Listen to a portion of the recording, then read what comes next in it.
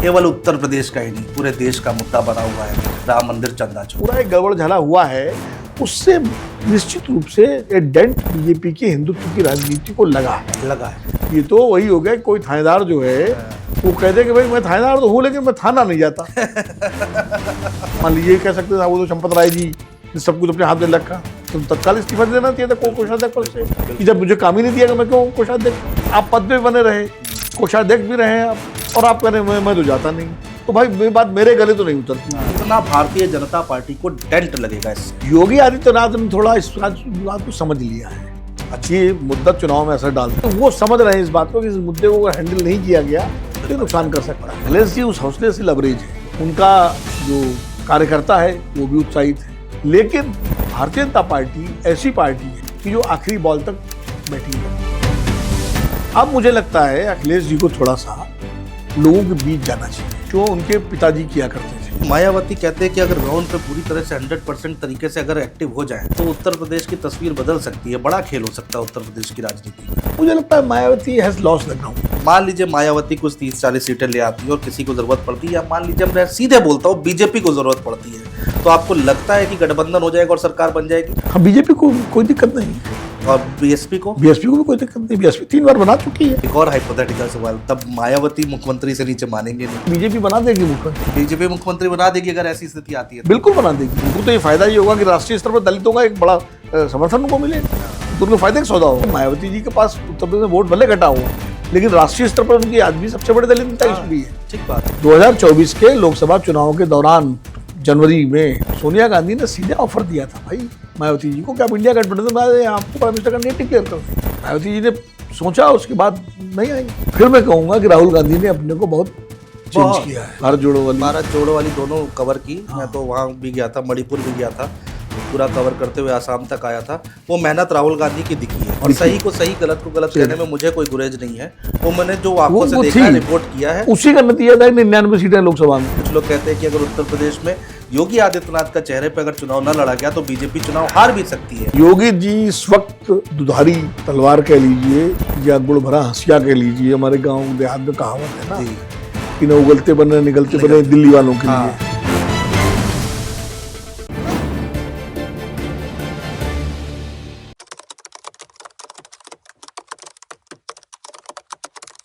नमस्कार दोस्तों, मैं हूं आपके साथ अनुज श्रीवास्तव। आज का पॉडकास्ट बहुत खास होने जा रहा है। आज हम बात करेंगे उत्तर प्रदेश की राजनीति की। चूंकि चुनाव आने वाले हैं, कुछ लोग कह रहे हैं कि अभी वक्त है, कुछ लोग कह रहे हैं थोड़ा सा ही तो वक्त है, 2027 कितनी दूर है, और कि कौन सी पार्टी कहां पर आज की डेट में खड़ी है।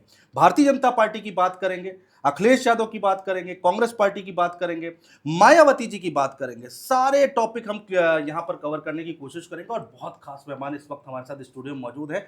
हमारे साथ विनोद अग्निहोत्री जी हैं, वरिष्ठ पत्रकार हैं, अलग अलग टीवी चैनल्स पर आपने इनको देखा होगा, अपनी राय रखते हुए देखा होगा, और सबसे अच्छी बात है यूट्यूब पर और सोशल मीडिया पर 2 धड़े बटे हुए हैं, लेफ्ट और राइट। सर ना लेफ्ट की बात करते हैं ना राइट की बात करते हैं, जो सही होता है उसकी बात करते हैं। सर बहुत स्वागत है आपका।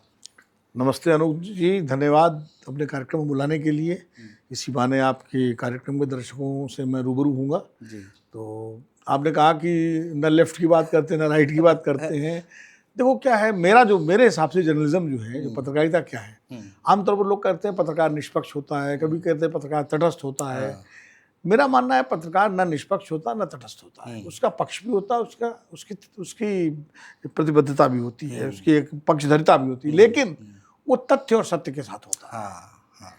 निष्पक्ष का तो मतलब ये है, मैं उदाहरण देता हूँ। मान लीजिए कोई आपके सामने, आपकी आंखों के सामने एक अपराध हो गया और आप देख रहे हो, आप पत्रकार हो, अब आपने उसको रिपोर्ट किया, तो आप उसे रिपोर्ट जो देखोगे वही करोगे ना। तो उसमें जो तथ्य और सत्य आपने देखा वही तो करेंगे।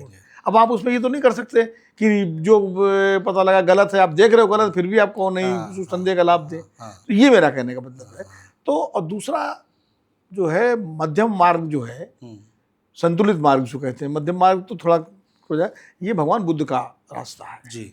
भगवान बुद्ध ने कहा कि भारत का रास्ता जो है वो संतुलन का रास्ता है, मध्य मार्ग का रास्ता है। इसीलिए भारत में कोई अतिवाद लंबे समय तक चलता नहीं है, चाहे वो वामपंथी अतिवाद हो, चाहे दक्षिणपंथी अतिवाद हो। अब वामपंथी अतिवाद आपने माओवादी या नक्सलवाद का देख लिया, 1967 से बंगाल से शुरू हुआ था और अब जाके अपने अंत तक पहुंच गया, लगभग वो हो गया, क्योंकि वो सीखने को तैयारी नहीं थी। उसमें बहुत सारे लोग ऐसे थे जो अपने उद्देश्य के लिए उसके लिए जान देने के लिए तैयार थे, बिल्कुल। लेकिन तरीका गलत था, हाँ। रास्ता गलत था। आप गरीब के पक्ष में हो, आदिवासी के पक्ष में हो, लेकिन आपका रास्ता गलत है, तो इसलिए उनको वो खामियाजा भुगतना पड़ा। अगर वो भगवान बुद्ध या महात्मा गांधी के मार्ग पर चले होते तो शायद समाज में कुछ अपना बेहतर योगदान कर सकते थे। इसलिए मेरा मानना है कि मध्य मार्ग या संतुलन का मार्ग या सत्य और तथ्य की जो पत्रकारिता है वो भगवान बुद्ध का रास्ता है। बिल्कुल बिल्कुल सर, और उसी रास्ते पर चलते हुए हम इस पॉडकास्ट को पूरा करेंगे और कोशिश करेंगे कि पूरी ईमानदारी हम बरतें अपने दर्शकों के साथ और इस पॉडकास्ट के साथ। सबसे पहले सर, केवल उत्तर प्रदेश का ही नहीं पूरे देश का मुद्दा बना हुआ है राम मंदिर चंदा चोरी, कैसे देखते हैं आप इसे?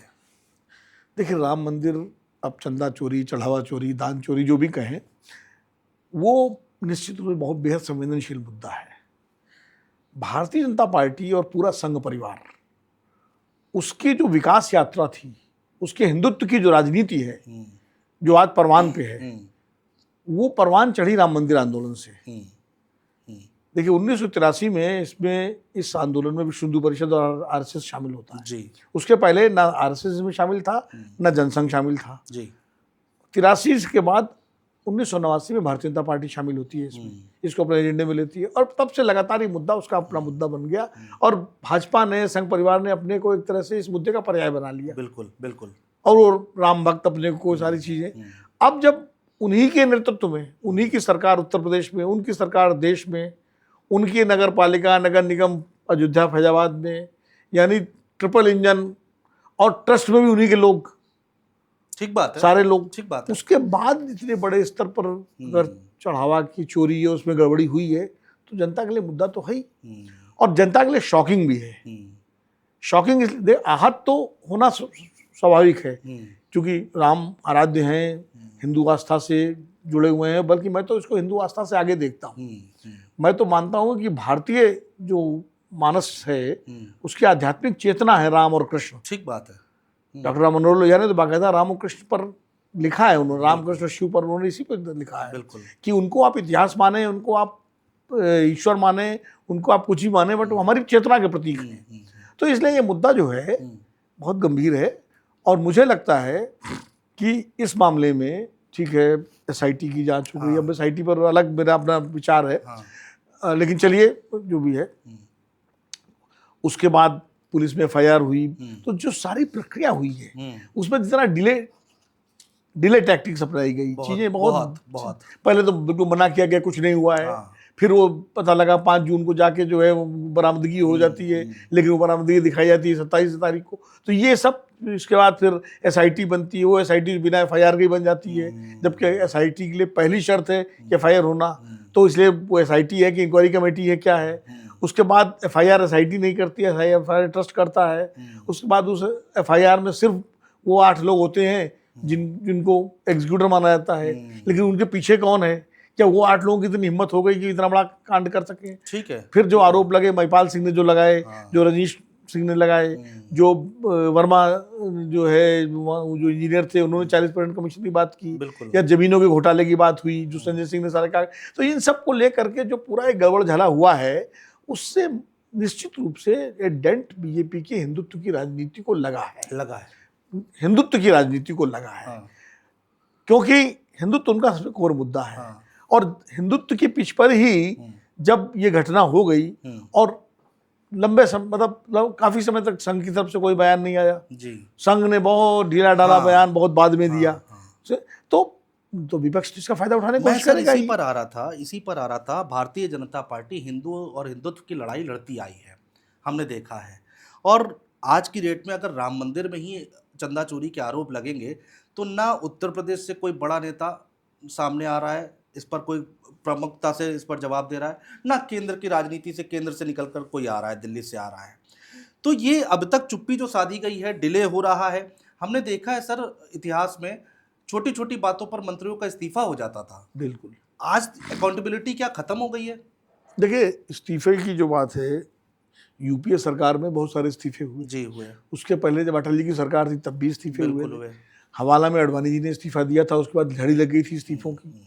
तो इस्तीफे, लाल बहादुर शास्त्री से शुरुआत हुई थी इस्तीफे की राजनीति की, बड़ा उदाहरण है माधवराव सिंधिया। अब शास्त्री तो ट्रेन नहीं चला रहे थे, लेकिन एक पब्लिक प्रोप्राइटी होती है, आप मान लीजिए कोई संस्थान चला रहे हैं, उस संस्थान के आप हेड हैं और उसमें कोई बड़ी गड़बड़ी होती है तो आपकी एक नैतिक जिम्मेदारी बनती है ना। बिल्कुल बिल्कुल। तो वो नैतिक जिम्मेदारी के तहत इस्तीफे की बात की जाती है। लेकिन आप याद कीजिए कि शुरू में जब ये मौजूदा सरकार बनी थी, मोदी सरकार, एनडीए की 2 की सरकार, तब सुषमा स्वराज और ललित मोदी वाला एक बड़ी कंट्रोवर्सी हुई थी। तो सुषमा जी विदेश मंत्री थी। तब राजनाथ जी ने क्या कहा था? उन्होंने कहा था कि ये यूपीए नहीं एनडीए की सरकार है, इसमें इस्तीफे नहीं होते। तो इस्तीफे तो उसमें इस सरकार में होते नहीं हैं भाई। आप याद कीजिए, उसमें तो लेटर तक सामने आ गया था। हाँ, उसमें लेटर तक सामने आ गया था, बहुत कुछ सामने आ गया था। और आपको बताऊं कि टेनी का उदाहरण दिया जाए, अजय मिश्रा टेनी जो गृह राज्य मंत्री थे, उनके बेटे ने कुचला किसानों को, बाकायदा एफआईआर हुई, जेल गया, सारी चीजें हुई। टेनी का विभाग नहीं बदला गया। इस्तीफा तो छोड़ दीजिए कि चलिए मान लीजिए दबाव में उनको गृह राज्य मंत्री बनाए रखा गया, जो पुलिस का विभाग है, सीधे नहीं बदला गया। और कोषाध्यक्ष साहब बरी अपने को कर रहे हैं, गोविंद देवगिरी, कि मेरा तो कोई लेने देने नहीं था, मैं तो कोष के पास जाता ही नहीं था, मैं तो दान हुंडी की तरफ नहीं जाता। भाई तो आप कोषाध्यक्ष काहे के थे? ये तो वही हो गया, कोई थानेदार जो है वो कहते कि भाई मैं थानेदार तो हूँ लेकिन मैं थाना नहीं जाता मैं थाने नहीं जाता। ठीक बात है भाई। दुनिया में सबसे पहली जिम्मेदारी फाइनेंस से रिलेटेड, वित्तीय लेन देन की कोई भी जिम्मेदारी सीधे कोषाध्यक्ष की होती है, ट्रेजरार की होती है। कितना आया कितना कहाँ खर्च हुआ, उसका क्या हिसाब है, कम आया कि ज़्यादा आया, जो सारी चीज़ें, सारा रिकॉर्ड सही हो और सारा उस पर निगरानी हो, ये किसकी जिम्मेदारी है? अगर वो जिम्मेदारी आपको नहीं दी गई, मान लीजिए कह सकते थे वो तो चंपत राय जी ने सब कुछ अपने हाथ में रखा, तो फिर आपको तुम तत्काल इस्तीफा देना चाहिए था कोषाध्यक्ष पद से, कि जब मुझे काम ही नहीं दिया मैं क्यों कोषाध्यक्ष हूँ। आपको मना कर देना चाहिए। पद पे क्यों बने रहे? सही बात। आप पद पे बने रहे, कोषाध्यक्ष भी रहे आप, और आप कह रहे हैं मैं तो जाता नहीं। तो भाई मेरी बात मेरे गले तो नहीं उतरती है, और किसके गले उतरेगी ये? ठीक बात है। ठीक है, तो चंपत राय जी जिम्मेदार हैं, अनिल मिश्रा जिम्मेदार हैं, या गोपाल राव हैं, या कौन है, ये सब जांच में आएगा। अगर निष्पक्ष जांच होती है तो उसमें आएगा। अगर निष्पक्ष जांच नहीं हुई, ये मैं कह रहा हूँ, इस मामले में भारतीय जनता पार्टी को राजनीतिक नफा नुकसान जो है इस बात से तय होगा कि ये जांच कितनी निष्पक्ष होती है, और इस जांच के में जो लोग प्रत्यक्षता दोषी हैं वो, और उनके पीछे जो लोग हैं, उन सब की पहचान करके उनको कानूनी रूप से सजा दी जाए। ये अगर हो गया तो निश्चित रूप से इसका फायदा मिलेगा। अगर ये नहीं हुआ तो जनता के बीच में ये मुद्दा रहेगा, भले मीडिया से मुद्दा चला जाए, भले उसमें, लेकिन जनमानस में मुद्दा रहेगा। और लोग इस बात को जरूर याद रखेंगे कि भाई ये जांच कैसी हुई, निष्पक्ष हुई कि निष्पक्ष नहीं हुई। कल अभी सर 2 दिन पहले मैंने पॉडकास्ट किया है उत्तर प्रदेश के पूर्व डीजीपी विक्रम सिंह जी का। मैंने उनसे भी पॉडकास्ट की शुरुआत में ही इस मामले पर बातचीत की। उन्होंने एक बहुत इंपॉर्टेंट बात कही। उन्होंने कहा कि जितना डिले हो रहा है जांच पे, अब तक तो बहुत कुछ हो जाना चाहिए था जो कि नहीं किया गया। जितना डिले हो रहा है उतने साक्ष्य सबूत जो है मिटते चले जाएंगे और उतना ही केस हल्का होता चला जाएगा। और वही हम लोग देख रहे हैं। और जिस ओर आप इशारा कर रहे हैं कि अगर निष्पक्ष जांच हुई तो बिल्कुल। तो अब सर आते हैं अगले स्टेप पे। इस मुद्दे का असर, चूंकि हमारे सामने 2027 है, विपक्ष क्या उतनी मजबूती के साथ इसको उठा पाएगा, नहीं उठा पाएगा, या फिर कितना भारतीय जनता पार्टी को डेंट लगेगा इससे? देखिए, विपक्ष तो उठा ही रहा है। सबसे ज्यादा पहले अखिलेश यादव जी ने उठाया, और उत्तर प्रदेश में वही सबसे प्रमुख विपक्ष है। कांग्रेस भी अपनी तरीके से करी रही, उन्होंने अपने प्रदेश के नेताओं को आगे कर रखा है। प्रियंका गांधी ने एक ट्वीट किया था। बाकी कांग्रेस इस मुद्दे को बहुत ज़्यादा इसमें उलझने के मूड में नहीं है। राहुल गांधी का कोई प्रतिक्रिया नहीं आई है इसमें उन्होंने, लेकिन वो इस मुद्दे को छोड़ना भी नहीं चाहते हैं। उनको लगता है कि अखिलेश जी उसको उठा रहे हैं और हम उनके साथ रहें। अब क्या है कि बीजेपी इसको काउंटर कैसे कर रही है? बीजेपी और विश्व हिंदू परिषद वो काउंटर कर रहे हैं कि साहब इनको क्या अधिकार है, इनके पिताजी ने गोली चलवाई थी। ठीक बात। सिर्फ एक यही काउंटर है उनके पास कि गोली चलवाई थी। अरे भाई, गोली चलवाई थी मुलायम सिंह यादव जी ने। देखिए, पब्लिक कितनी अनपढ़ या नासमझ नहीं होती है। जनता जो है उसके पब्लिक डोमेन में हर चीज़ रहती है। गोली चलवाई मुलायम सिंह ने, सबको मालूम है। मुलायम सिंह चुनाव हारे उसके बाद, ये भी सबको मालूम है। लंबे समय तक जो है मुलायम सिंह जी को चार्ज लगता रहा। लेकिन अगर मुलायम सिंह जी गोली चलवाने के अपराधी आप मानते हो, तो क्या 1991 में बीजेपी की सरकार कल्याण सिंह जी की आ गई थी। आपने मुलायम सिंह जी पे कोई मुकदमा दर्ज किया गोली चलवाने का, ठीक कार बात है। चौकी की हत्या का? ठीक बात करते ना आप, तो खाली कहने से काम नहीं बनेगा, ये सवाल आता है। फिर नृपेंद्र मिश्रा जी, हाँ जो उस वक्त मुलायम सिंह जी के प्रमुख सचिव थे, वो कंट्रोल रूम में बैठे हुए थे और उन्होंने खुद कहा कि एडमिनिस्ट्रेटिव ऑर्डर था इसलिए गोली चली। और अब वो मंदिर के ट्रस्ट के अध्यक्ष हैं और सारा कामकाज देख रहे हैं। वो कल्याण सिंह जी के भी सेक्रेटरी रहे जब मस्जिद गिरी। तो गोली चलवाने का आरोप कितना चलेगा? फिर गोली चलवाने से जो हिंदुओं की नाराजगी थी वो तो लगातार निकल गई। नहीं सर, गंगा में पानी बह गया ना, गंगा में मुलायम पानी सिंह बहुत बह गया। मुख्यमंत्री बन गए, अखिलेश हाँ। यादव मुख्यमंत्री बन गए। जनता अगर इतना दोषी मानती तो नहीं बनाती। बिल्कुल, तो वही मैं कह रहा हूँ कि आप जो बिल्कुल हिंदुत्व का जो वोटर है बीजेपी का, वो तो चलिए वो मुलायम सिंह, अखिलेश जी बिल्कुल एकदम दंडवत करके और लखनऊ से और अयोध्या तक वो जो तो कहते हैं ना लेटने वाली यात्रा होती है, वो करके भी अयोध्या चले जाएं तो भी वो वोट नहीं देगा। और जिसने तब वोट दिया गोली चलने के बाद, वो अभी वो उसको अब क्या दिक्कत है देने में? अभी भी देगा, है ना भाई। मस्जिद टूटने के बाद तो मुख्यमंत्री बन गए थे ना मुलायम सिंह यादव बन जी। गए थे। एक बात। दूसरी बात ये है कि बीजेपी, चूंकि सरकार बीजेपी की केंद्र में और प्रदेश में हर जगह उसी के नियंत्रण में पूरा ट्रस्ट सारा उन्हीं का कंट्रोल, तो उनको जवाब देना है कि ये क्यों हुआ, बजाय ये कि दूसरे सवाल पूछे कि आप गोली चलाने वाले ऐसे कौन होते हैं, है ना। तो ये लोग समझते हैं कि भाई आपसे सवाल, अब हम आपसे पूछें कि आपके पॉडकास्ट वाले कोई गड़बड़ी हो जाए, तो मैं अगर आपसे पूछूंगा भाई अनुज जी ये गड़बड़ी कैसे हुई, आप ये थोड़ी कह सकते हो फलाने जो जर्नलिस्ट उनके यहाँ भी तो गड़बड़ी हुई थी। नहीं या विनोद जी आप कैसे पूछ रहे हैं, आपने पहले कहा, तो आप तो अपने उसका जवाब दोगे ना। तो ये जवाब तो भारतीय जनता पार्टी को देना है, जनता को, राम हिंदुओं को और अपने वोटर को, सबको, कि भाई ये गड़बड़ी कैसे हुई और इस गड़बड़ी की निष्पक्ष जांच हमने कराई। मैं यही जानना चाह रहा हूँ सर, डेंट कितना लग रहा है 27 में इस मुद्दे पर? देखिए अभी ये एकदम से कह पाना बहुत मुश्किल है कि कितने परसेंट डेंट लग रहा, क्या लग रहा, लेकिन चूंकि मुद्दा लोगों को मथ रहा है, तो इससे एक बात मैं कह सकता हूँ कि उसके हिंदुत्व की धार कमजोर हुई है। अब वो कितना कमजोर हुई है, थोड़ा सा इसका पैमाना भी मेरे पास कुछ नहीं है, थोड़ा सा सर, लेकिन हिंदुत्व की धार ये कमजोर हुई है कि जो एकदम से आप हिंदू ध्रुवीकरण की राजनीति करके और लोगों को अपने साथ कर लेते थे, उसमें एक डेंट पड़ा है। मैं इसलिए कह रहा हूँ सर, जितना मैंने जाना है, समझा है पत्रकारिता के दौर में अपने, कि चुनाव जो है परसेप्शन पे लड़े जाते हैं और यहीं से वो परसेप्शन क्या बनना शुरू हो गया है। 2027 की नींव रखनी शुरू कर दी है विपक्षियों ने, या नहीं? खैर ठीक है सर, अखिलेश यादव की स्थिति आज की डेट में आप उत्तर प्रदेश में कहाँ देखते हैं? लेकिन इस मामले में अच्छी और मैं जोड़ दूं अखिलेश जी बयान जी सर प्लीज। योगी आदित्यनाथ ने थोड़ा इस बात को समझ लिया है, अच्छी मुद्दा चुनाव में असर डाल सकता, इसीलिए वो प्रॉम्प्ट हुए। इसीलिए आप देखिए वो उन्होंने तुरंत ट्रस्ट कर लो तो SIT बनाई, जांच करवाई, और वो कई बार तुरंत अयोध्या गए। और सबसे ज्यादा अगर आक्रामक कोई है तो योगी जी हैं, जो बार बार वो मुलायम सिंह की याद दिला रहे हैं और दिला रहे हैं। तो यानी वो समझ रहे हैं इस बात को कि इस मुद्दे को अगर हैंडल नहीं किया गया तो ये नुकसान कर सकता है। अब अखिलेश जी की बात पे मैं आता हूँ। जी सर। देखिए अखिलेश जी ने इस मुद्दे को हाथों हाथ उठाया है, नो डाउट। इसके अलावा वो लगातार कोई भी उत्तर प्रदेश में मसला होता है उस पर वो अपना बयान देते हैं, अपनी स्टडी, अपनी एक पोजीशन, अपना एक रुख रखते हैं। 2024 के लोकसभा चुनाव ने उनका हौसला ही बढ़ाया, बिल्कुल, क्योंकि 2014 से लेकर के और 2022 तक, 2019 तक तो बहुत ही समाजवादी पार्टी को हार मिली, 17 में भी हार मिली, फिर 19 में भी मिली और 14 में भी उनकी वो हारे। 2022 में सीटें बढ़ी समाजवादी पार्टी की, सरकार नहीं बन पाई, लेकिन सीटें उनकी बढ़ी, 110 112 सीटें अपनी हो गई और गठबंधन मिला के 125 सीटें हो गई थी, जिसमें जयंत भी शामिल थी और राजभर भी शामिल थे, सब लोग, लेकिन सरकार नहीं बन पाई। तो उससे ये तो हुआ, लेकिन 2024 में जो 37 सांसद उनके आए और 6 सांसद कांग्रेस के आए, उसने बहुत हौसला दिया।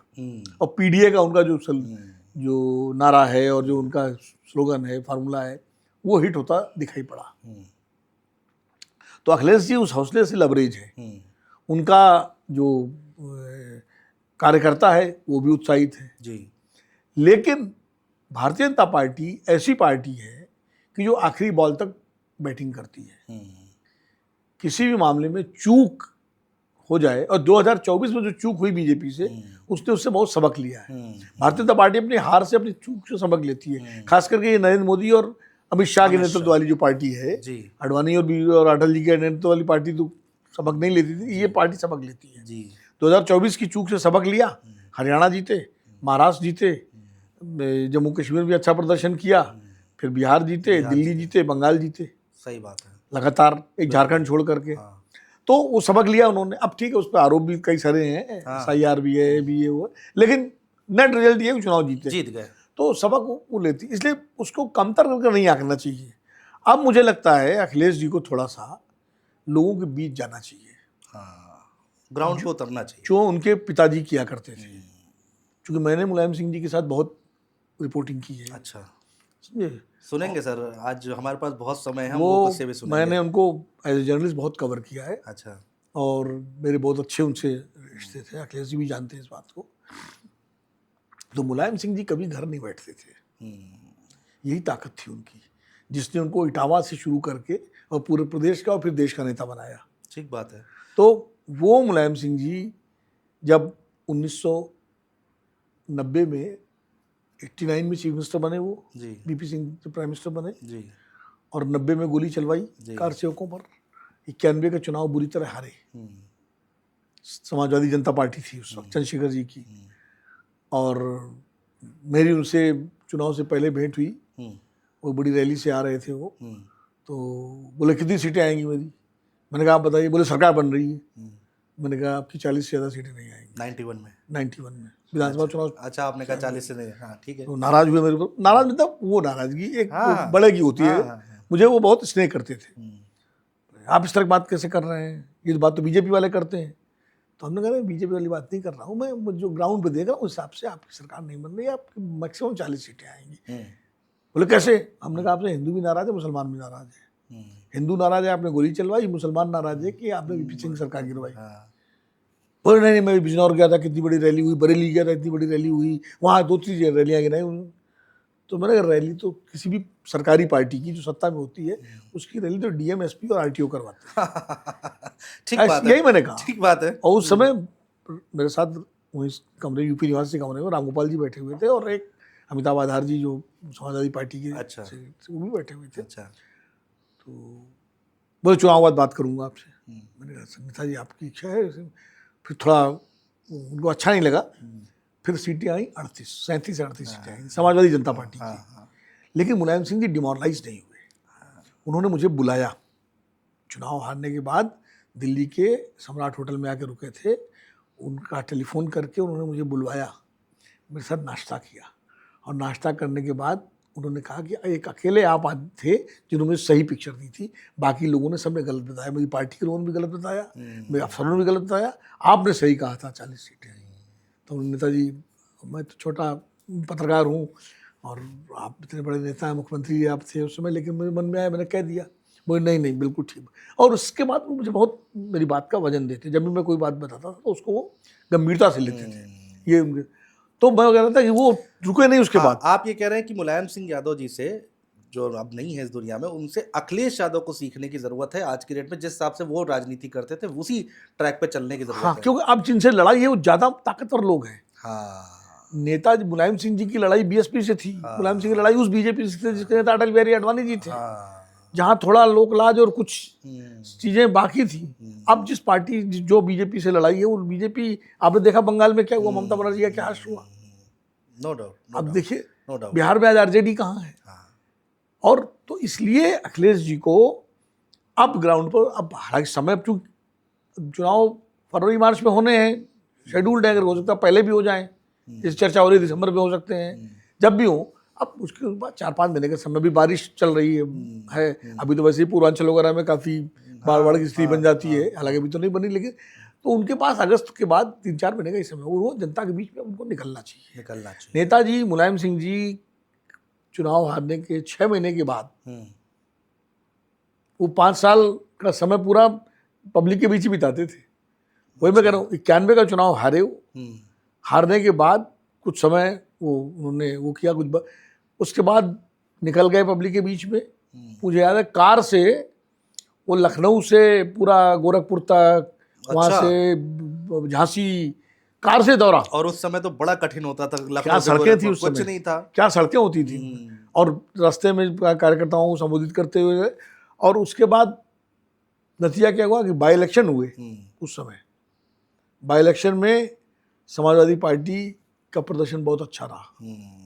उस समय उन्होंने सजपा के बाद सपा बना ली थी, उसके बाद ही 91 के बाद समाजवादी पार्टी का गठन हो गया था। और 93 में 6 दिसंबर 1992 को बाबरी मस्जिद टूटी है और 4 दिसंबर 1993 को मुलायम सिंह उत्तर प्रदेश के मुख्यमंत्री बने। शपथ ले लिए। हाँ, आप देखिए एक साल। बताइए। तो वो उनका जीवट था। उसके बाद 96 में वो सरकार जो है चुनाव हुआ। सर पहला उन्होंने जो है जब 95 में उनकी जब सपा बसपा की सरकार बनी, सरकार बनने के बाद वो मुख्यमंत्री बने। जून में 5 जून को समर्थन वापस ले लिया 95 में बसपा ने। वो स्टेट गेस्ट हाउस कांड वगैरह सब हुआ। बिल्कुल बिल्कुल। मायावती चीफ मिनिस्टर बन गई। उसके 2 या 3 महीने बाद मुलायम सिंह पहली रैली करते हैं आजमगढ़ में, मुश्किल से। बताइए। और केंद्र में आजमगढ़ में रैली करते हैं 4-5 महीने के बाद। मैं भी उस रैली में गया था। अच्छा। मैं लखनऊ में था उस समय। अच्छा। मैं कह रहा हूँ कि वो, और उसके बाद पूरे उत्तर प्रदेश मत दिया उन्होंने और 96 में 16 MP जिता के लाए, रक्षा मंत्री बने और फिर लगातार चूक गए, नहीं तो प्रधानमंत्री बन जाते हैं। प्रधानमंत्री तो बन ही जाते। वो तो बस वो लालू जी और उनके बीच का जो झगड़ा हुआ उस पर नहीं बन पाए वो, और सुरजीत चले गए मास्को, वरना तो बन जाते वो। तो ये मैं करता हूँ। अखिलेश जी ऐसा नहीं, अखिलेश जी मेहनत नहीं करते, अखिलेश जी मेहनत करते हैं। मैं उनको तभी तो उत्तर लोकसभा चुनाव में उन्होंने, लेकिन अब समय आ गया उनको जनता के बीच जाने का। इसके पहले वो जो है पिछली बार भी निकले थे। लेकिन एक बात ध्यान रखनी होगी उनको, अखिलेश जी को, उत्तर प्रदेश और बिहार में एक समानता ये है कि जो जनाधार लालू जी का वहाँ है बिहार में, जो वो मुलायम सिंह जी का उत्तर प्रदेश में था। अब तेजस्वी का जनाधार जो है वही अखिलेश जी का है, मोटे मोटे तौर पर, जिसको MY समीकरण कहा जाता है। अब MY वर्सेस अदर्स ना हो पाए, जो कि बिहार में हो जाता है। हो जाता है, बिहार में हो जाता है। उत्तर प्रदेश में भी उसको बहुत बनाने की कोशिश की जाती है। 2022 में भी काफी हद तक अखिलेश जी ने रोका था उसको, तो 125 सीटें उनकी गठबंधन की आई थी। 24 में उन्होंने उसको नहीं होने दिया। जिस तरह टिकटों का बंटवारा किया और जिस तरह उन्होंने अपनी सजातीय उम्मीदवारों को बहुत पीछे रखा, कम रखा, सजातीय नेताओं को पीछे रखा, तो नतीजा ये हुआ कि उनको और अन्य वर्गों का वोट मिला, इसीलिए उनको PDA बना दिया उन्होंने। तो वो उनके सामने ये है कि वो जो है सामाजिक इक्वेशन वो ना बन पाए, जो नेताजी की इक्वेशन मुलायम सिंह जी की थी कि वो सारे अति पिछड़ी जातियों को जोड़ते थे अपने साथ। मुझे याद है कि चुनाव से 1 साल पहले वो सम्मेलन शुरू कर देते थे। साहू समाज का सम्मेलन, प्रजापति समाज का सम्मेलन, सविता समाज का सम्मेलन, ये क्या कहते हैं कुर्मी समाज का सम्मेलन, काशी समाज के सम्मेलन, ये सारे जातियों के वो सम्मेलन करते थे लखनऊ में, ये जगह जगह, और उनके नेताओं को आगे बढ़ाते थे। अखिलेश जी ने 2024 के लोकसभा चुनाव में काम किया। उन्होंने रामचंद्र राजभर, सुखदेव राजभर और महान दल के ये इन सब लोगों से करके उस तरह से अभी भी वो PDA का जो चल रहा है, वो अगर उनका दांव चला तो लड़ाई बहुत ज़बरदस्त होगी अगर वो उनका चल गया। बीजेपी की कोशिश क्या होगी? बीजेपी की कोशिश ये होगी कि योगी जी की एक USP है लॉ एंड ऑर्डर की, जो उन्होंने क्रिएट की है। ठीक है, एक मैसेज है, एक परसेप्शन है, और खासकर उसमें कहीं ना कहीं वो थोड़ा एंगल भी आ जाता है हिंदू मुस्लिम वाला। जी। क्योंकि जो बड़े ऑर्गेनाइज क्राइम वाले जो 2-3 मारे गए, वो भी कहीं ना कहीं रहता है। और दूसरा महिलाओं की सुरक्षा का मसला ये सब, और दूसरा क्या है कि हिंदुत्व तो ही, दूसरा जो नॉन यादव OBC जातियां हैं उनमें जो बीजेपी काम कर रही है, संघ काम कर रहा है या किया है, वो एक चुनौती अखिलेश जी के सामने है। अब पंकज चौधरी को जैसे अध्यक्ष बना दिया, वो कुर्मी समाज से आते हैं, पूर्वांचल के हैं। अभी जो पूरा जो कमेटी बनाई है प्रदेश की बीजेपी ने, आप देखिए उसमें पूरा PDA की काट की है, ज्यादातर OBC के लोगों को उन्होंने दिया है उसमें। तो बीजेपी भी समझ रही है इस चीज को।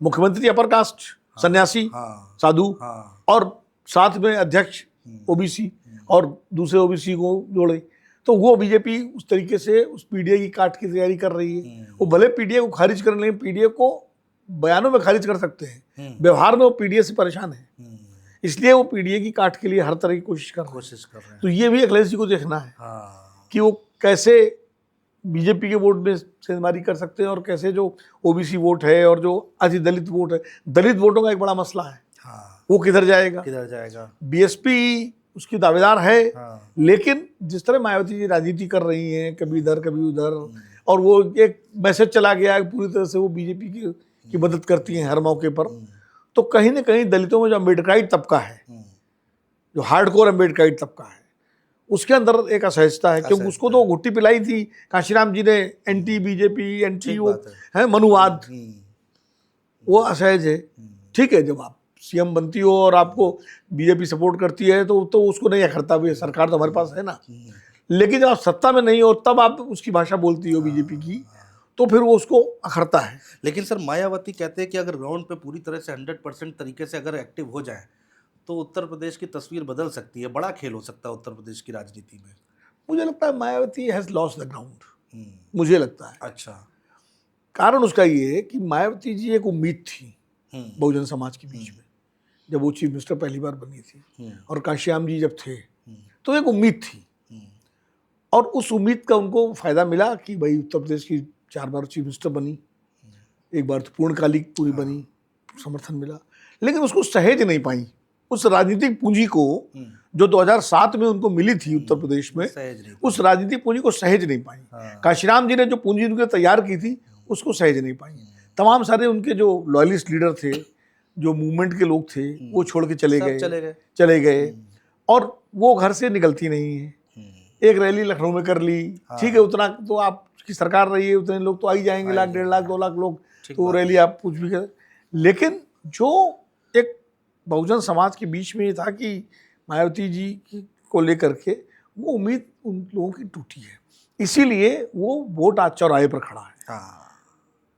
उनका कोर वोट अभी भी उनके साथ होगा, ऐसा नहीं 10-11 कितना 11-12% तो बोलते हैं कि है, और विधानसभा में उनको मिला ही था। पिछले कई चुनाव से वो 18, लेकिन लोकसभा में तो कम हुआ ना उनका वोट, और लोकसभा में तो बहुत कम हो गया है लोकसभा में चुनाव, तो वो उससे जो है अब वो जो वोटर उनका है वो किधर जाएगा। बीजेपी भी चाहती है उसको ग्रैब करना, अखिलेश जी है, अखिलेश जी ने भी पीडीए में डी इसीलिए रखा है दलित के लिए, लेकिन उसमें एक तीसरा प्लेयर भी है, वो है कांग्रेस। अच्छा, जिसको हम आमतौर पर अनदेखा कर देते हैं। लोग कहते हैं कि उत्तर प्रदेश में कांग्रेस तो कहीं दिखाई नहीं देती है, क्या स्थिति है आज की डेट में? और लोग ये भी कहते हैं सर कि अगर गठबंधन 24 में ना हुआ होता अखिलेश यादव के साथ, तो कांग्रेस लोकसभा में इतनी सीटें ना पाई होती। तो थोड़ा क्लियर कीजिए कांग्रेस की स्थिति उत्तर प्रदेश में क्या रहने वाली है 2027 के चुनाव में। देखिए, संगठनात्मक रूप से कांग्रेस बहुत कमजोर है उत्तर प्रदेश में, इस पर कोई दो राय नहीं, कहीं संगठन नहीं है, जिलों में जो है उसका अब वो नहीं। लेकिन आज भी जबकि उत्तर प्रदेश में 90 के बाद से कांग्रेस सरकार में नहीं है, ठीक है, लेकिन आज भी उत्तर प्रदेश में कांग्रेसी हर जगह मौजूद है, जो अन्य राज्य में नहीं, तमिलनाडु में नहीं है वो स्थिति, पश्चिम बंगाल में वो स्थिति नहीं बची, लेकिन उत्तर प्रदेश में कांग्रेसी आपको हर जगह मिल जाएगा। और बिहार में वो स्थिति नहीं है। और वैसे कांग्रेसी हैं जो कट्टर वाले हैं, कट्टर, आप गाजियाबाद से चलिए और गोरखपुर तक पैदल गाड़ी चलिए मेरे साथ, आपको हर गांव में, हर जिले में 2-4 कांग्रेसी मिल जाएंगे। तो ये कांग्रेस की एक बड़ी ताकत है उत्तर प्रदेश में। वोट कितना मिलता है, प्रॉब्लम कांग्रेस की है कि कांग्रेस के लिए वोट डलवाने वाला तंत्र नहीं है। बूथ लेवल पे, बूथ जो तंत्र होता है पार्टी का, वो तंत्र नहीं है। वोटर को 2022 में प्रियंका गांधी ने इतनी मेहनत की, लड़की हूँ, लड़ सकती हूँ, लेकिन वो ये भरोसा नहीं दिला पाई कि कांग्रेस सरकार बना लेगी। अगर 2022 में प्रियंका गांधी विधानसभा का चुनाव लड़ जाती किसी मुफीद सीट से, अमेठी या रायबरेली के अवध क्षेत्र से, और ये मैसेज जाता कि अगर कांग्रेस जीतती है तो प्रियंका चीफ मिनिस्टर बन सकती है, तो आप देखते हैं कि उत्तर प्रदेश में क्या नतीजे होते। कम से कम कांग्रेस 100 सीट जीतती विधानसभा की, कम से कम उस समय। लेकिन प्रियंका जी ने अपने को खाली कैंपेन तक सीमित रखा और ये मैसेज नहीं दिया, और वो बस आना जाना दिल्ली। तो वो एक कमी है।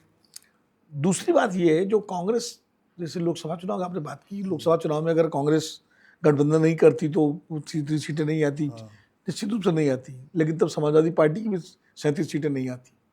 हाँ, सही ये बात भी है। देखना चाहिए। सही बात है।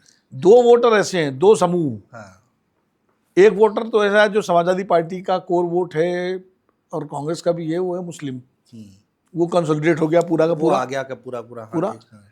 और एक ऐसा वोट है जो सपा का वोट नहीं है, लेकिन कांग्रेस की वजह से वो सपा के साथ आया, हाँ, वो है दलित वोट। हाँ, दलितों ने लोकसभा चुनाव में उत्तर प्रदेश में राहुल गांधी की जो संविधान वाली अपील थी, उसका सबसे ज्यादा असर महाराष्ट्र में और राजस्थान में हुआ। महाराष्ट्र, राजस्थान, उत्तर प्रदेश उत्तर में हुआ, प्रदेश। और कुछ हरियाणा में हुआ, खासकर दलित समाज में। और उसकी वजह से उन सीटों पर जो समाजवादी पार्टी ने जीती हैं, जहां दलित वोट साइजेबल नंबर पे है, दलितों ने वोट दिया राहुल गांधी और कांग्रेस को देख करके।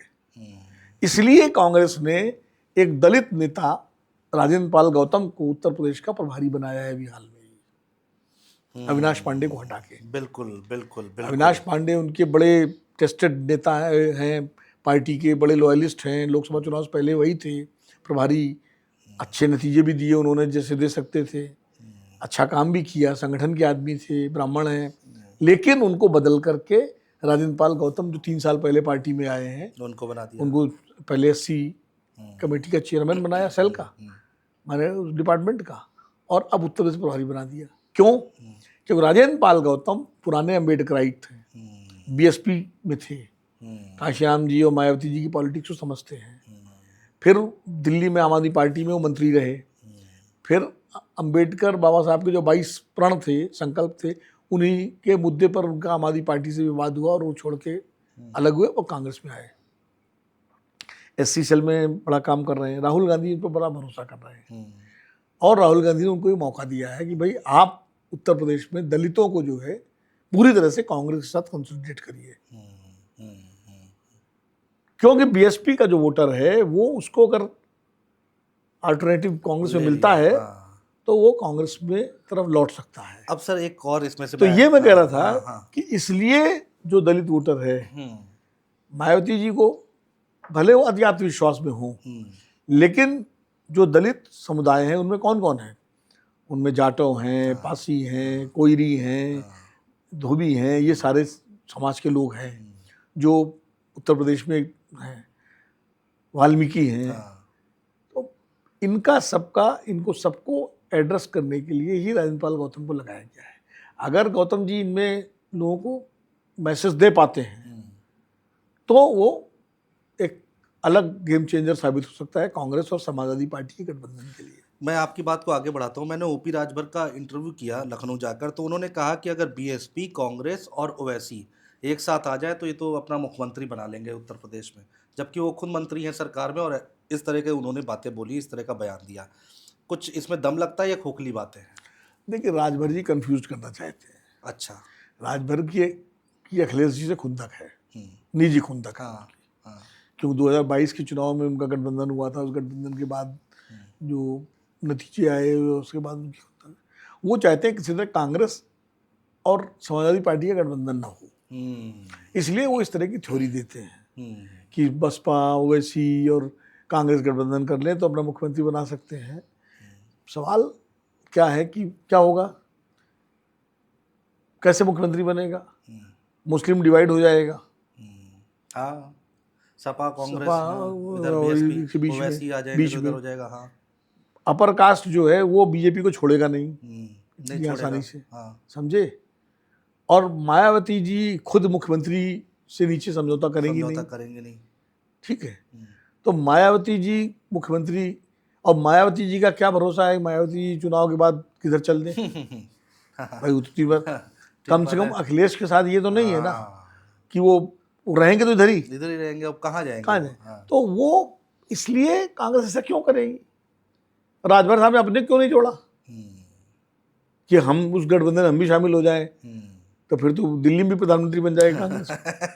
मतलब ठीक है, उनका अपना आंकड़ा होगा राजभर जी का, लेकिन राजभर की बातों को बहुत मैं गंभीरता से इसलिए नहीं लेता हूँ कि एक तो उनका राजनीति उनकी स्पष्ट नहीं है कभी अखिलेश जी के साथ हैं तो कभी ठीक बात है, बीजेपी के साथ ठीक हैं, बात है। फिर योगी जी के खिलाफ हो जाएंगे, फिर दिल्ली की तारीफ करेंगे, कभी मोदी जी के बारे में कुछ हाँ, बोलेंगे। उन्होंने योगी जी के उनका बारे क्या में क्या है, क्या बोला है हम क्या सबने बोला। सुना है। और वो बाई इलेक्शन भूल गए थे हाँ, राजभर जी, जब घोसी से जो है जिसमें हाँ, वो जिता नहीं पाए थे जिता नहीं पाए, बिल्कुल। पूरी, तो उनका अपना दारा सिंह इलाका चौहान, है।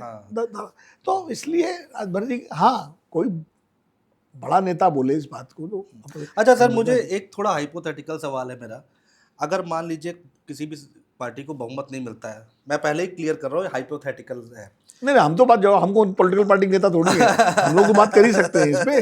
नहीं देखिए, हम ये तो तो नेता लोग पत्रकार हैं। कहते हैं हाइपोथेटिकल है, हाँ, जवाब नहीं देंगे, हमें नहीं, कौन सी दिक्कत हम तो पत्रकार है, संभावनाओं पे बात बिल्कुल करते हैं। बिल्कुल। तो सर, अगर किसी को बहुमत नहीं मिलता है, मान लीजिए मायावती कुछ 30-40 सीटें ले आती है और किसी को जरूरत पड़ती है, या मान लीजिए मैं सीधे बोलता हूँ बीजेपी को जरूरत पड़ती है, तो आपको लगता है कि गठबंधन हो जाएगा और सरकार बन जाएगी? हाँ, बीजेपी को कोई दिक्कत नहीं है, और बीएसपी को? बीएसपी को भी कोई दिक्कत नहीं, बीएसपी 3 बार बना चुकी है। और मायावती जी की पूरी भाषा और शैली आप देख लीजिए, बीएसपी की, बीजेपी को रास्ता देती है वो हमेशा। लेकिन सर, तब एक और हाइपोथेटिकल सवाल, तब मायावती मुख्यमंत्री से नीचे मानेंगे नहीं। हाँ। तब होगा, फिर तो बहुत दिक्कत हो जाएगी। नहीं, मुख्यमंत्री जी नहीं मानेंगे, लेकिन बीजेपी बना देगी मुख्यमंत्री। बीजेपी ने तो मायावती को तब मुख्यमंत्री बनाया जब कल्याण सिंह मुख्यमंत्री पद के सबसे दावेदार थे और मुख्यमंत्री रह चुके थे। बीजेपी मुख्यमंत्री बना देगी अगर ऐसी स्थिति आती है तो। बिल्कुल बना देगी बीजेपी जो मौजूद है। जब अटल जी अडवाणी जी ने कल्याण सिंह को दरकिनार करके मायावती को मुख्यमंत्री बनाया था, तो अमित शाह जी और मोदी जी जो है उनको क्या दिक्कत है, भाई योगी जी को केंद्र में ले आएंगे। ऐसी स्थिति अगर होती है कि भाई आप यहाँ बन जाइए, और मायावती जी, उनको तो ये फायदा ये होगा कि राष्ट्रीय स्तर पर दलितों का एक बड़ा समर्थन उनको मिलेगा, तो उनको फायदे का सौदा होगा। 29 आ जाएगा, फिर 29 आ जाएगा, और उसका वो कहेंगे देखिए हमने उत्तर प्रदेश में फिर से दलित को मुख्यमंत्री बनाया। और मायावती जैसी दलित, भाई मायावती जी के पास उत्तर प्रदेश में वोट भले घटा हो, लेकिन राष्ट्रीय स्तर पर उनकी आज भी सबसे बड़े दलित नेता भी है। ठीक बात है। इसमें मैं आपको एक बताता हूँ, राष्ट्रीय उद्घाटन तो अब रहस्य तो नहीं रहा, लेकिन 2024 के लोकसभा चुनाव के दौरान जनवरी में सोनिया गांधी ने सीधे ऑफर दिया था भाई मायावती जी को कि आप इंडिया गठबंधन में आपको प्राइम मिनिस्टर कैंडिडेट डिक्लेयर कर देंगे। मायावती जी ने सोचा, उसके बाद नहीं आई। तो संतोष भारती, इतना बड़ा ऑफर था, संतोष भारती जी ने बाकायदा इस पे मेरे साथ पॉडकास्ट में बोला, फिर मैंने इसको कंफर्म किया उनकी खबर को, कई लोगों से बात की तो पता लगा कि हाँ, सोनिया जी उनकी फ़ोन पे बात हुई थी, और सोनिया जी ने इस बात को बाकायदा कांग्रेस के नेताओं के साथ बैठ कर डिस्कस किया था कि मायावती और खड़गे जी में किसको प्रोजेक्ट करें। तो ये हुआ, खड़गे जी भी दलित नेता है, लेकिन मायावती जी की पहचान दलित नेता के रूप में सबसे बड़ी है। खड़गे जी को जब प्रोजेक्ट करेंगे तो जब तक नॉर्थ इंडिया में आप बताओगे दलित है, तब तक चुनाव ही नहीं हो जाएगा। और मायावती जी को बताने की जरूरत नहीं पड़ेगी उत्तर से दक्षिण तक। सही बात है। लेकिन मायावती जी नहीं आई, उनकी अपने कंसिडरेशन रहे होंगे, कारण रहे होंगे। और अगर आ जाती तो नीला झंडा हाथी निशान कमाल कर जाता। आ जाती तो प्राइम मिनिस्टर होते ही भाई। 20-25 सीटें तो कम होने थी बीजेपी की। बिल्कुल सही बात है। मायावती के आने से 40 सीटें कम हो जाती कम से कम। भाई 2 घटनाएं नहीं होती, या तो नीतीश कुमार उधर नहीं जाते तो भी सरकार नहीं बनती बीजेपी की, या मायावती जी आ जाती तो भी नहीं बनती बीजेपी की। तो ये तो मतलब जो है, इसलिए मायावती जी को चीफ मिनिस्टर बनाने में बीजेपी को कोई दिक्कत नहीं होगी, ना कांग्रेस को दिक्कत होगी। हाँ, कांग्रेस को बिल्कुल नहीं होगी, बिल्कुल नहीं होगी। लेकिन कांग्रेस उस स्थिति में है नहीं।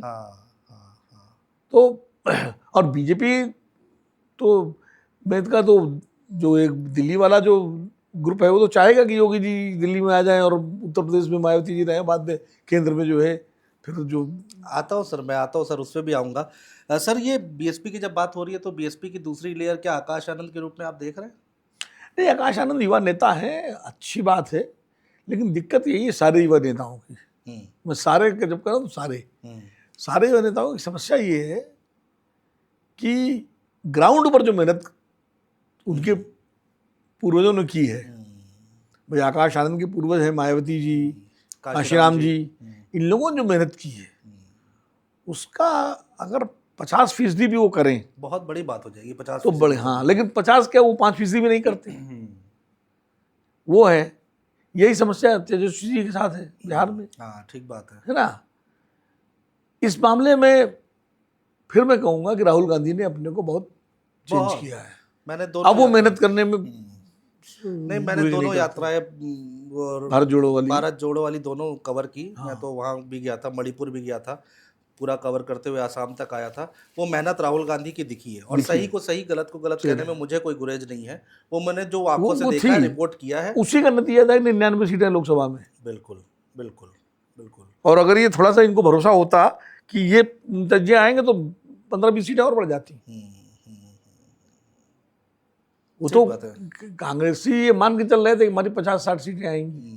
मेरी तो उस समय कांग्रेस ही कहने तो बात होती थी चुनाव के दौरान। अच्छा, तो कहते थे 50 थोड़ी बढ़ेंगी, बहुत ज़्यादा 60 तक आ जाएंगी। कोई मान नहीं रहा था बीजेपी 240 पे टक जाएगी। सही बात है। यहाँ अखिलेश यादव को खुद नहीं पता था कि वो अयोध्या जीत जाएंगे या इतनी सीटें ले आएंगे, ऐसा लोग कहते हैं। बिल्कुल, मतलब बहुत अंदाज नहीं था। हाँ, ये चुनाव जनता लड़ी है। हाँ हाँ हाँ। अच्छा सर, आते हैं अगला अगला क्वेश्चन आते हैं, जो बीजेपी की तरफ आप इशारा कर रहे थे, दिल्ली लखनऊ। पहली बात तो लखनऊ में भी हर पार्टी में अंतर्कलह होती है, बिल्कुल। इसमें भी है, इसमें कुछ छुपा नहीं है। आज आप उत्तर प्रदेश के किसी चौक चौराहे या पान की दुकान पे खड़े हो जाइए तो सब इसी की चर्चा कर रहे होते हैं। तो क्या लड़ाई जो लखनऊ में है अंदर खाने, और जो दिल्ली और लखनऊ में लड़ाई है, पहले तो ये क्लियर कर दीजिए, अगर है तो किस हद तक है? देखिए, आपने पहले ही कहा अपने सवाल में कि अंतर्कलह हर पार्टी में होती है। वो बीजेपी हो, कांग्रेस, क्यों, मानव स्वभाव है। महत्वाकांक्षाएं हर व्यक्ति के अंदर होती हैं। आपके अंदर भी है, मेरे अंदर भी है, सबके अंदर है। तो वो तो होंगी। अब सवाल ये है वो महत्वाकांक्षाएं किस हद तक आगे उछाल मारती हैं और किस हद तक उन पर नियंत्रण पाया जाए, ये पार्टी नेतृत्व पर निर्भर करता है। भारतीय जनता पार्टी की जो मौजूदा स्थिति है उसमें कोई भी व्यक्ति पार्टी के भीतर मोदी जी को चुनौती देने की स्थिति में नहीं है। मोदी जी निर्विवाद सर्वमान्य नेता है भाजपा के, और जब तक मोदी जी हैं तब तक कोई भी उनको चुनौती देने की स्थिति में नहीं है। लेकिन मोदी जी के बाद, यानी आफ्टर मोदी, जैसे होता है ना, बड़े इंदिरा गांधी के बाद कौन आएगा, कांग्रेस में होता था, या सोनिया गांधी के बाद संगठन कौन संभालेगा, इस तरह की चीज़ें। अब वहाँ चूंकि फैमिली ट्रेडिशन है तो वो फैमिली का आ जाता है। लेकिन बीजेपी में ये सवाल तो जो है बहुत, अटल जी के बाद अडवाणी जी होंगे, कौन जानता था कि मोदी जी आ जाएंगे। ठीक बात है। तमाम सारे बड़े बड़े नेता थे, राजनाथ जी, सुषमा जी, अरुण जेटली, सब बड़े बड़े नेता थे, लेकिन मोदी जी ने संभाल लिया मामला। तो ऐसे ही मोदी जी के बाद, जब मोदी जी की बात का मतलब ये है कि मोदी जी कभी मान लीजिए रिटायर होते हैं या खुद अपनी इच्छा छोड़ते हैं या कुछ भी जो भी हो, तो कौन, वो जो सक्सेशन है, वो लड़ाई या संघर्ष या खींचतान उसको लेके है। मोदी जी पर कोई चुनौती किसी की हैसियत नहीं है जो दे सके, ये बात बिल्कुल स्पष्ट है। लेकिन देश में एक नाम और आता है ना कि मोदी जी के बाद योगी जी, ऐसी आवाजें उठ रही है ना। हाँ। तो अब क्या यही दिक्कत है? नहीं, मोदी जी के बाद योगी जी की आवाज़ भी है, लेकिन मोदी जी के बाद अमित शाह की भी आवाज़ है। हाँ, आवाज़ है। और मोदी जी के बाद एक तीसरी आवाज़ भी है देवेंद्र फडणवीस की। अगर आप महाराष्ट्र में पूछें किसी से तो वहाँ वो, ये सही है कि भीड़ और पब्लिक अट्रैक्शन में मोदी जी के बाद अगर दूसरा कोई नेता है तो योगी जी हैं, इसमें कोई दो राय नहीं है। लेकिन मैनेजमेंट में, संगठन में, स्ट्रेटजी में अमित शाह जी का कोई जवाब नहीं है। और देवेंद्र फडणवीस को मैं इसलिए कह रहा हूँ कि वो संघ के दुलारे हैं, पूरा 5 साल चीफ मिनिस्टर रहे महाराष्ट्र जैसे बड़े राज्य के, और फिर चीफ मिनिस्टर पार्टी के लिए वो डिप्टी चीफ मिनिस्टर भी बने, और फिर चीफ मिनिस्टर बने हैं, और इतनी बड़ी जीत के साथ चीफ मिनिस्टर बने, और अब पूरा महाराष्ट्र कंट्रोल कर रहे हैं। और जो महाराष्ट्र कंट्रोल करता है वो मुंबई कंट्रोल करता है, जो मुंबई कंट्रोल करता है वो कॉर्पोरेट कंट्रोल करता है। नो डाउट, वो एक प्लस पॉइंट है। और नागपुर का यानी संघ का भी आशीर्वाद उनको है, क्योंकि नागपुर से ही आते हैं, और संघ के जो शीर्षस्थ पदाधिकारी लोग हैं उन सबके साथ उनके बड़े अच्छे रिश्ते हैं, तो वो भी एक कंटेंडर है। 3 तो यही हो गए।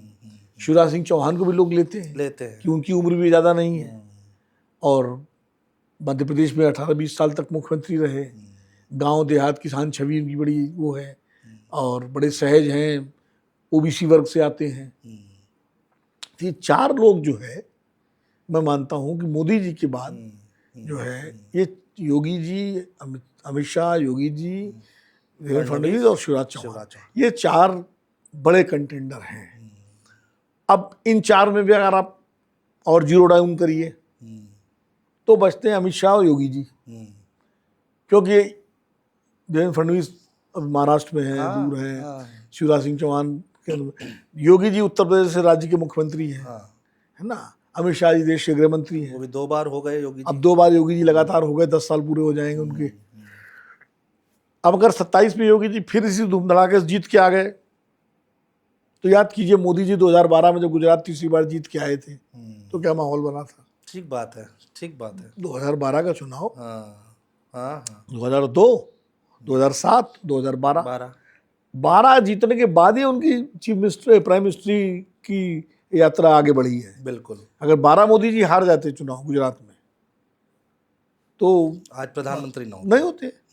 तो योगी जी के लिए भी ये चुनाव उत्तर प्रदेश का 27 वाला, अगर उनको प्रधानमंत्री पद की दौड़ में आगे रहना है ये अपना दावा, तो तीसरी बार उत्तर प्रदेश का चुनाव जीतना उनके लिए अनिवार्यता है। जरूरी नहीं, अनिवार्यता है। एक और हाइपोथेटिकल सवाल और इसी में हाँ और जो दूसरे कंटेंडर्स हैं हाँ उनके सामने भी ये है कि क्या वो मतलब उत्तर प्रदेश को लेकर क्या करेंगे। अब वो क्या करेंगे सर, यही तो मैं जानना चाह रहा हूँ कि उत्तर प्रदेश को लेकर दिल्ली क्या करेगा, क्या स्ट्रेटेजी अपनाएगा। भाई चुनाव से पहले ही योगी जी को हटा दिया जाएगा। कुछ लोग कहते हैं कि अगर उत्तर प्रदेश में योगी आदित्यनाथ का चेहरे पर अगर चुनाव न लड़ा गया तो बीजेपी चुनाव हार भी सकती है। तो सर देखिए दोनों बातें हैं। योगी जी इस वक्त दुधारी तलवार कह लीजिए या गुड़ भरा हंसिया कह लीजिए, हमारे गांव देहात में कहावत है ना जी कि न उगलते बने निगलते बने दिल्ली वालों के लिए। हाँ।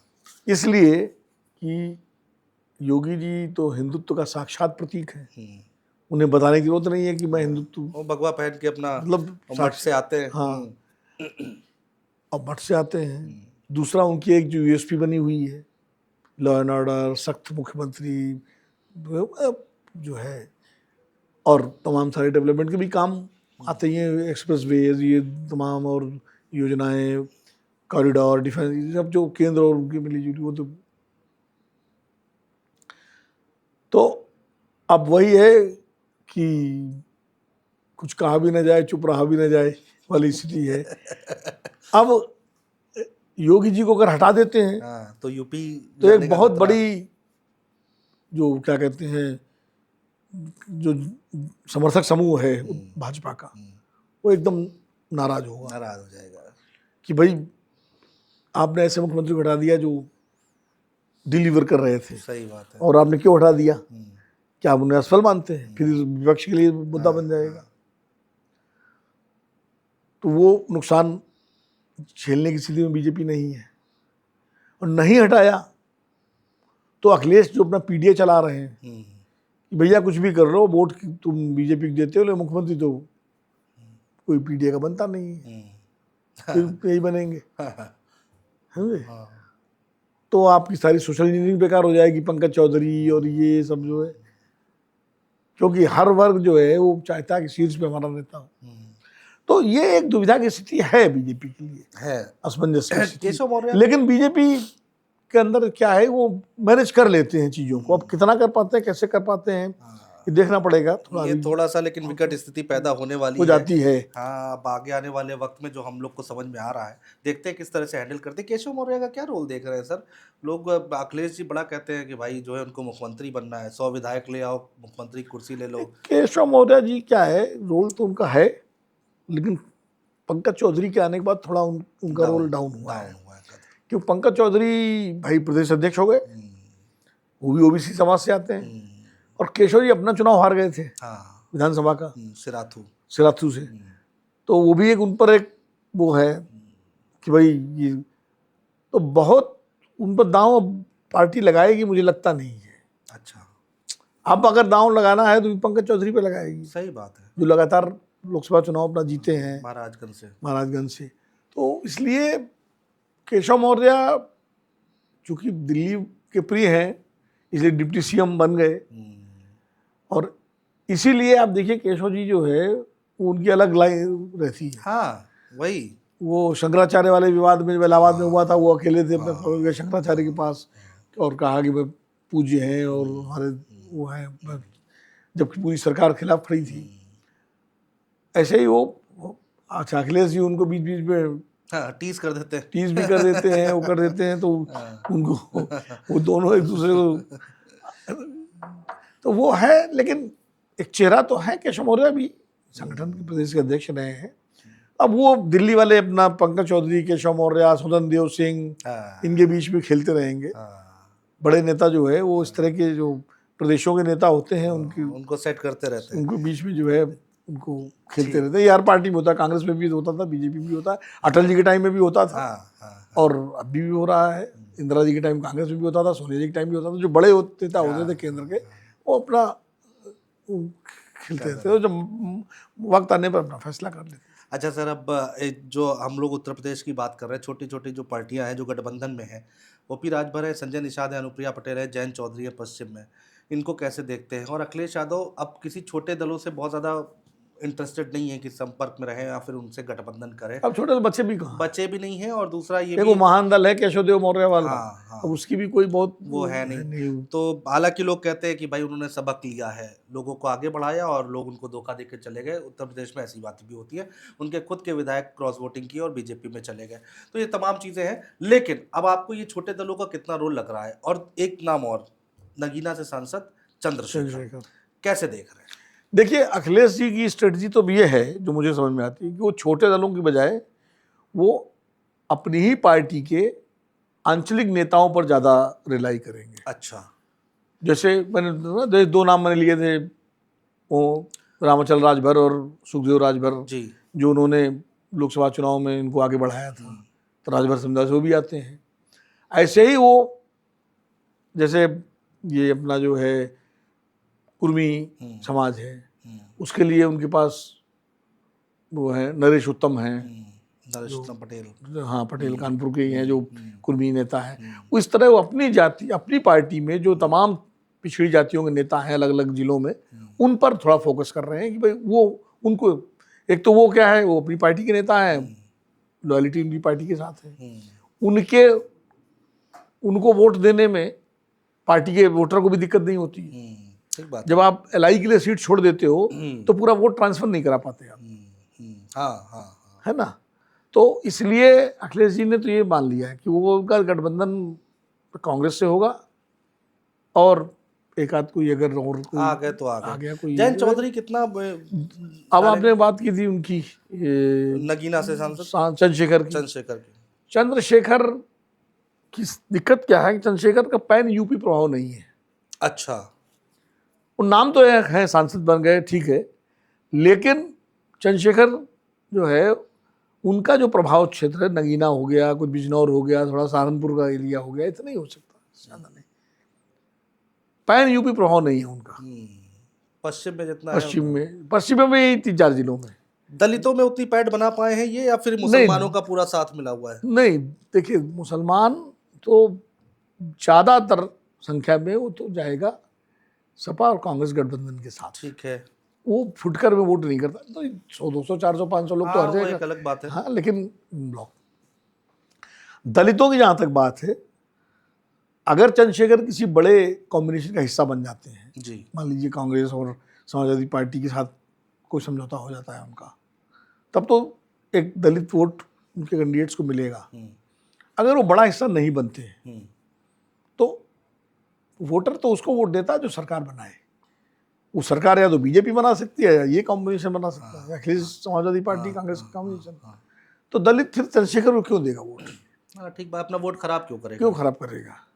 मन में यही आता है, यही आता वोट है खराब ना। जाएगा। और दलित कम्युनिटी जो है उसका इतना ज़्यादा शिक्षण हो चुका है राजनीतिक रूप से, खासकर अम्बेडकराइट मूवमेंट के जरिए, कि अब आमतौर पर वो अपना वोट खराब नहीं करती। मायावती जी अगर प्लेयर बनती तो मायावती जी उस लेवल पे आती कि भाई सरकार बना सकती है।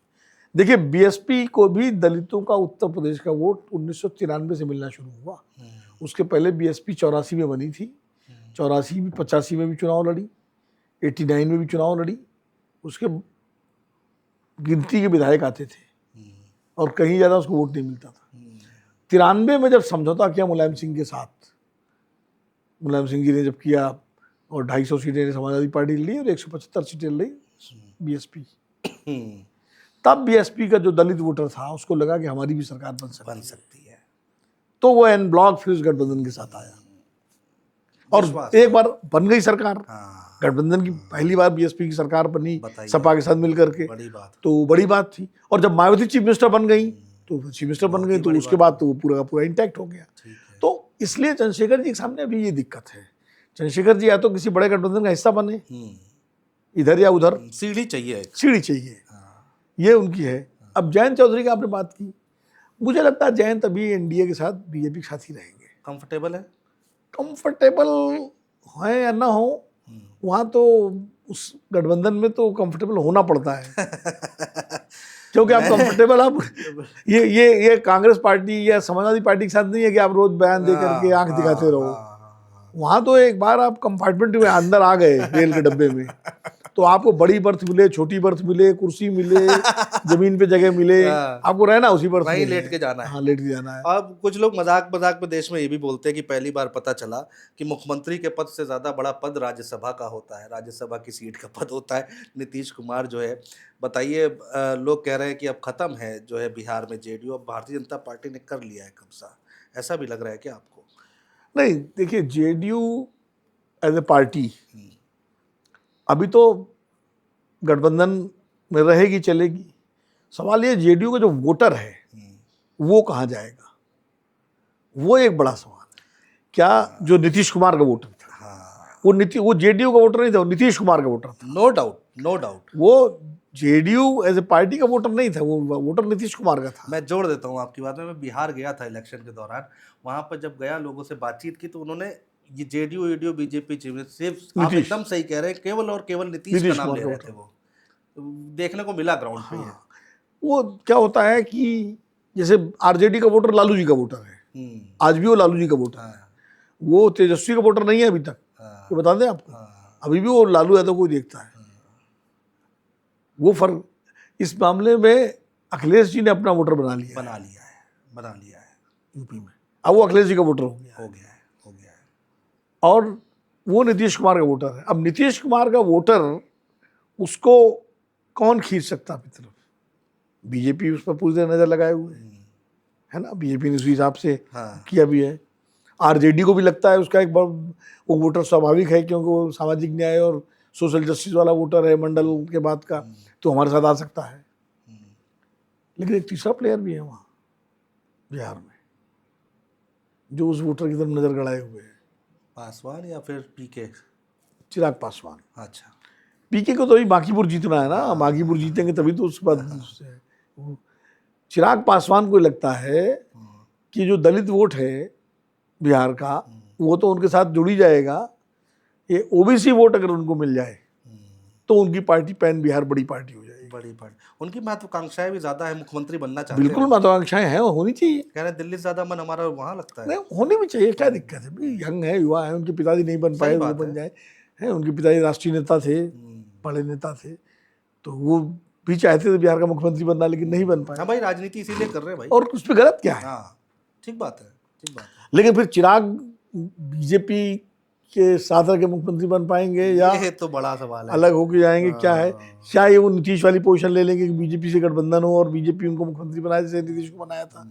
ये सब भविष्य के घर में है।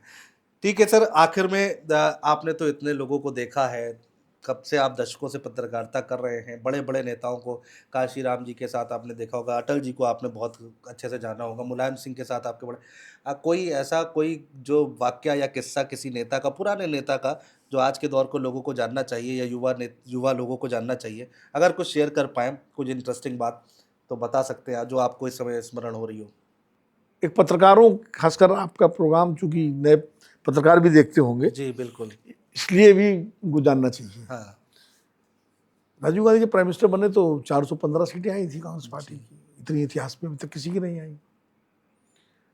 और मैं मेरठ में पोस्टेड था, उस वक्त की बात है, 89 की बात है। अच्छा। और वीपी सिंह अपना निकल चुके थे कांग्रेस से बाहर, जन मोर्चा बन चुका था, ये लगभग जनता दल भी बन गया था, और लग रहा वो चुनौती दे रहे थे राजीव गांधी को।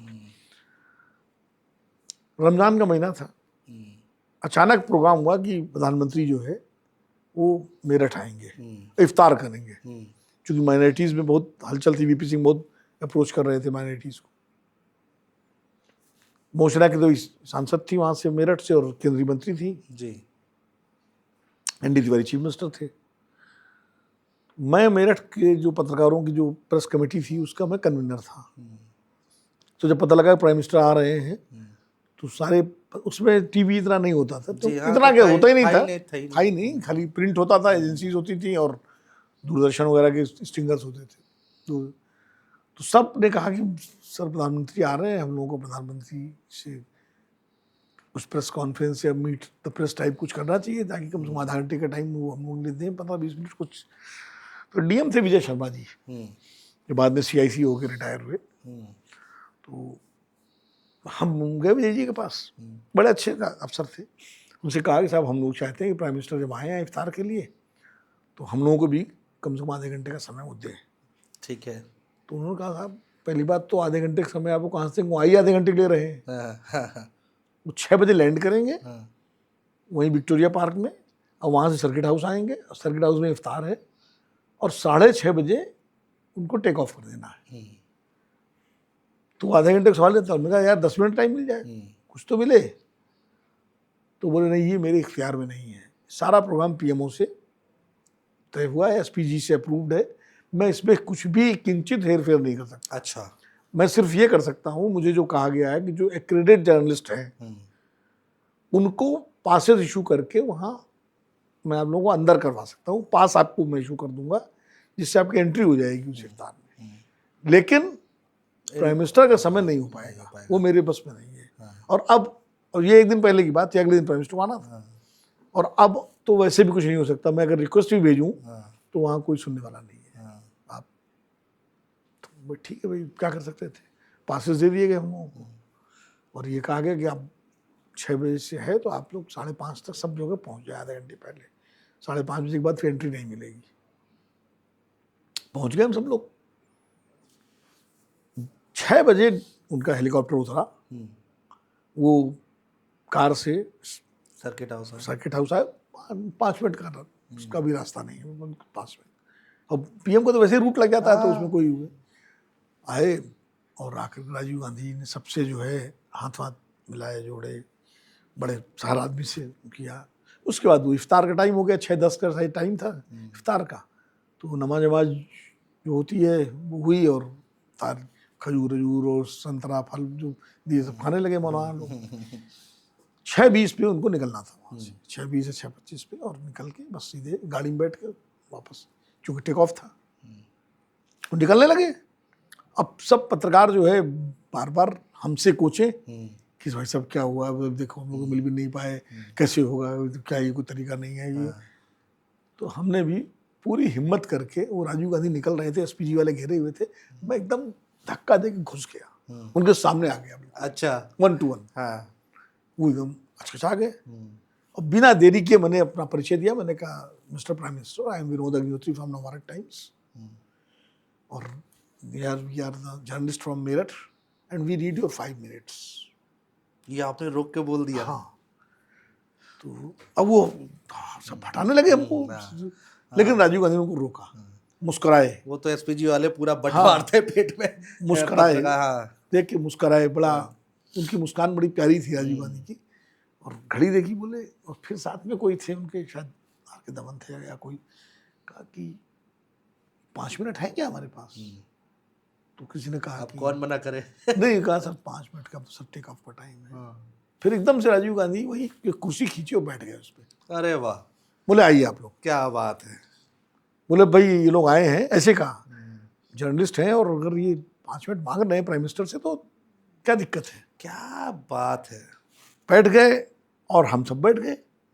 आप सोचिए, उनके पीछे एनडी तिवारी खड़े, बूटा सिंह खड़े, और मोशरा की दुबई वहीं थी, सब डीएम सारे अफसर खड़े, हम पत्रकार लोग 8-10-12 लोग थे, खींच कुर्सियां बैठ गए। तब खैर उतने पत्रकार होते नहीं थे। और आप विश्वास करेंगे, 5 मिनट हमने मांगे थे, राजीव गांधी ने 35 मिनट बात किया। अच्छा।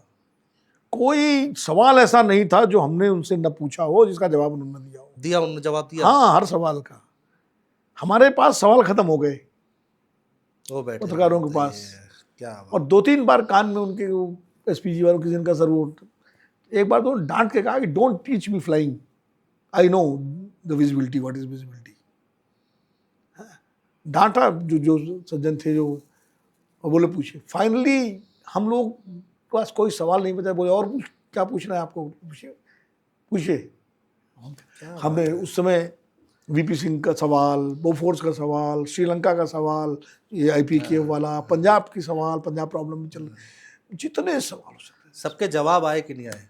दिए जवाब उन्होंने। उस समय कोई सवाल ऐसा उन्होंने मैं जवाब नहीं दूंगा, हर सवाल का जवाब दिया उन्होंने, जो दे सकते थे, देना चाहिए था। क्या बात है। अब ये चीज़ मैं कभी भूल नहीं सकता। हाँ, ये तो कैसे भूल सकते हैं। मतलब उस समय का। और उसके बाद जो हम थक मतलब सवाल पूछे तो वो घड़ी देखी, बोले अब चलूं, अरे वाह, लेट्स गो, सब जाएंगे। क्या बात है, क्या बात है। तो इसलिए मैंने कहा ये उस दौर की देखिए पॉलिटिक्स, उस दौर की जर्नलिज्म, दोनों अलग थे। अलग। मैंने हिम्मत की घुसने का, आज तो हिम्मत ही नहीं कर सकते। हाँ, नहीं कर सकते। मैं आपसे ये कहने जा रहा था और ना आज कोई इस तरह से एंटरटेन कर सकते। मैं वही कहने जा रहा था, अब आप मोदी जी को कब ऐसे रोक सकते हैं कि नहीं रोक सकते, वो बड़ा मुश्किल है।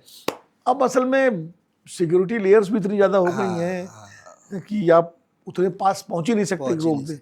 अब तो ये है, वो तो हम लोग चूंकि अलग लेयर तब भी थी SPG की, लेकिन फिर भी अलाउड थे वहाँ तक। अब तो आप पता लगा 500 मीटर दूर हैं, तो 500 मीटर दूर आप फांद के आ नहीं सकते, फांद के आएंगे तो पता नहीं कि आपके साथ क्या हो जाए।